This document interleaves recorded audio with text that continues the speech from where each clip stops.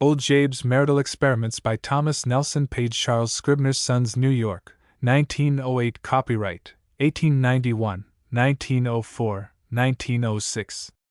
Old Jabe belonged to the Merriweathers, a fact which he never forgot or allowed anyone else to forget, and on this he traded as a capital, which paid him many dividends of one kind or another, among them being a dividend in wives. How many wives he had no one knew, and Jabe's own account was incredible. It would have eclipsed Henry VIII and Bluebeard. But making all due allowance for his arithmetic, he must have run these worthies a close second. He had not been a specially good hand before the war, and was generally on unfriendly terms with the overseers. They used to say that he was a slick-tongued loafer and the laziest nigger on the place. But Jabe declared, in defiance, that he had been on the plantation before any overseer ever put his foot there, and he would outstay the last one of them all, which, indeed, proved to be true. The overseers disappeared with the end of slavery, but Jabe remained slick-tongued, oily, and humorous, as before. When, at the close of the war, the other Negroes moved away, Jabez, after a brief outing, took up a few acres on the far edge of the plantation, several miles from the house, and settled down to spend the rest of his days on what he called his place, in such ease as constant application to his old mistress for aid and a frequently renewed supply of wives could give. Jabe's idea of emancipation was somewhat one-sided. He had all the privileges of a freedman, but lost none of a slave. He was free, but his master's condition remained unchanged. He still had to support him, when Jabez chose to call on him, and Jabez chose to call often. "Yef I don't come to you, who is I got to go to?" he demanded. This was admitted to be a valid argument, and Jabez lived, if not on the fat of the land, at least on the fat of his former mistress's kitchen, with such aid as his current wife could furnish. He had had several wives before the war, and was reputed to be none too good to them, a fact which was known at home only on hearsay, for he always took his wives from plantations at a distance from his home. The overseers said that he did this so that he could get off to go to his wife's house, and thus shirk work. The other servants said it was because the women did not know him so well as those at home, and he could leave them when he chose. Jabez assigned a different reason.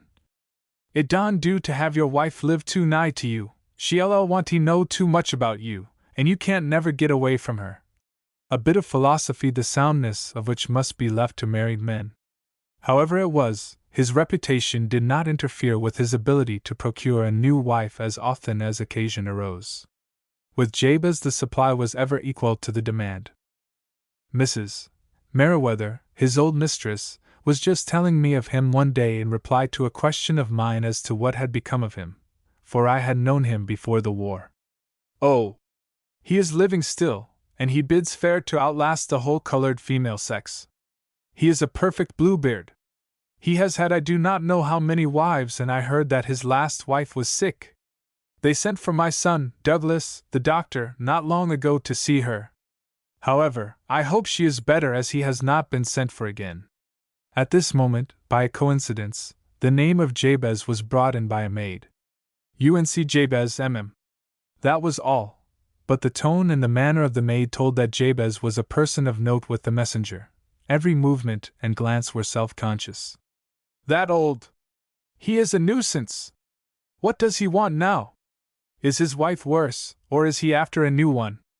"IDNKNMM," said the maid, sheepishly, twisting her body and looking away, to appear unconcerned. "Wouldn't tell me. He ain't after me." "Well, tell him to go to the kitchen till I send for him.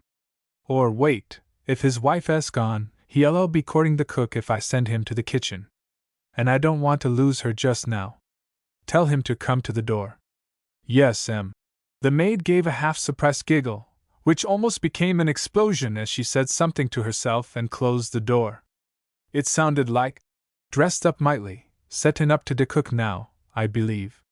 There was a slow, heavy step without, and a knock at the back door, and on a call from his mistress, Jabez entered, bowing low, very pompous and serious. He was a curious mixture of assurance and conciliation, as he stood there, hat in hand. He was tall and black and bald, with white side whiskers cut very short, and a rim of white wool around his head. He was dressed in an old black coat, and held in his hand an ancient beaver hat around which was a piece of rusty crape. "Well, Jabez?" said his mistress, after the salutations were over.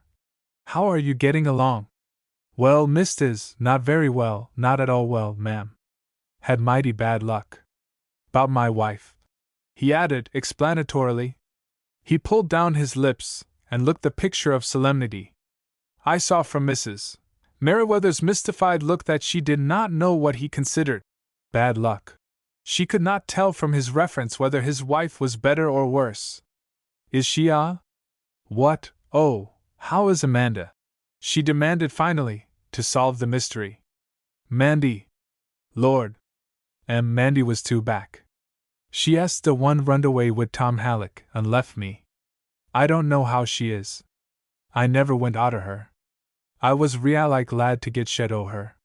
She was too expansive. Dat woman want 2 frocks a year. When dese women begin to dress up so much, a man got to look out. Dey ain't always dressin' fair you." "Indeed!" But Mrs. Merriweather's irony was lost on Jabez. "Yes, dat she did. Dis one's name was Cyril." He folded his hands and waited, the picture of repose and contentment. "Oh, yes. So true. I'd forgotten that Mandy left you. But I thought the new one was named Susan," observed Mrs. Merriweather. "No, not the news one. Susan, I had her last Christmas, but she wouldn't stay wid me. She was allies runnin' off to town, and you know a man don't want a woman on wheels.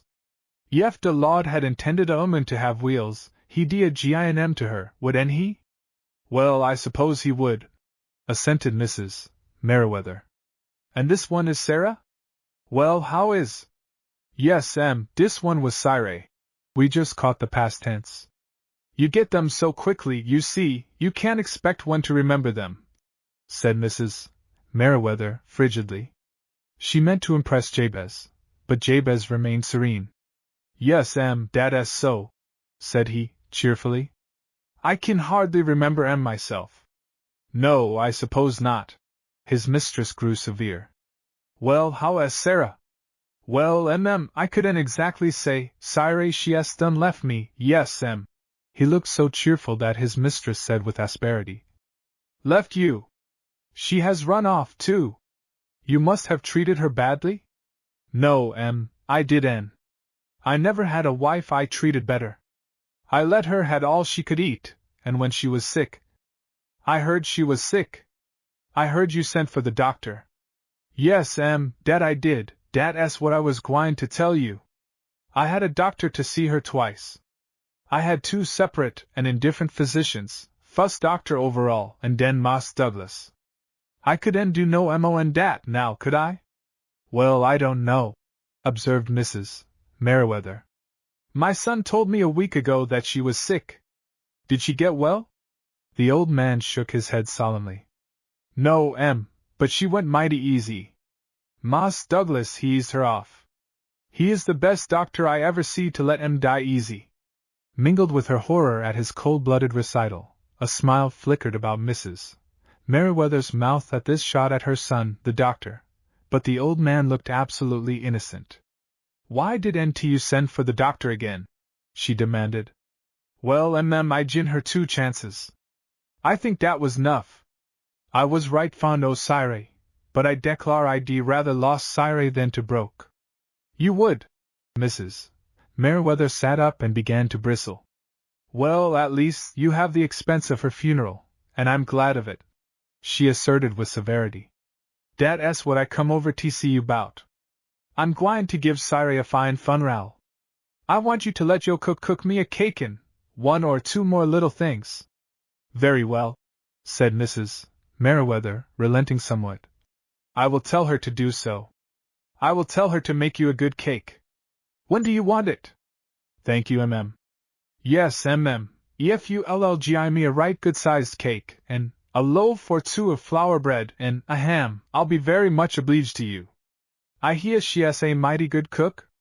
"She is," said Mrs. Merriweather.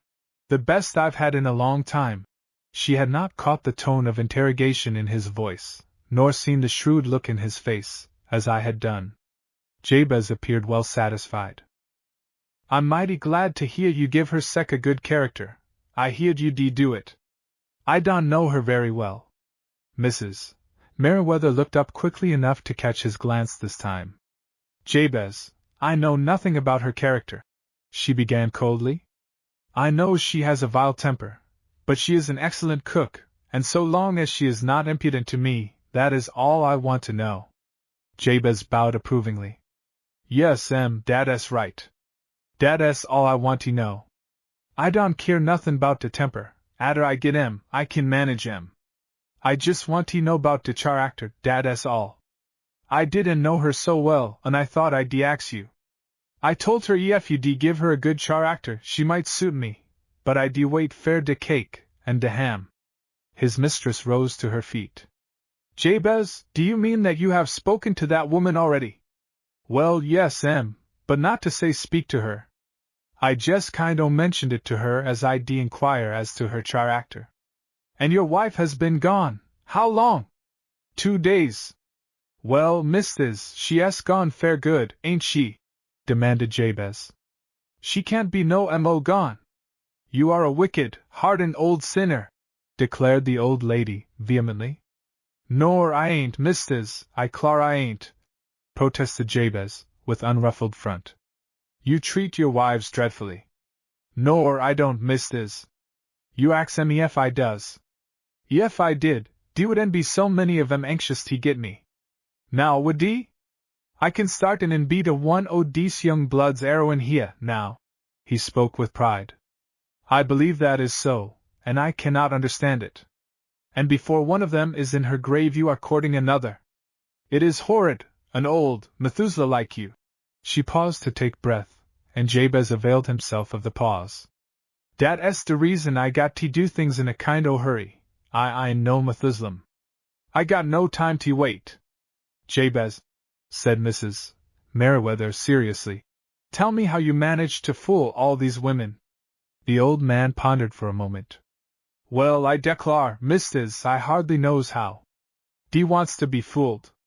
I think it is because Dee wants to see what the ers marry me fair, and what Dee done left me. Woman is mighty curry some folk. I have often wondered since if this was really the reason.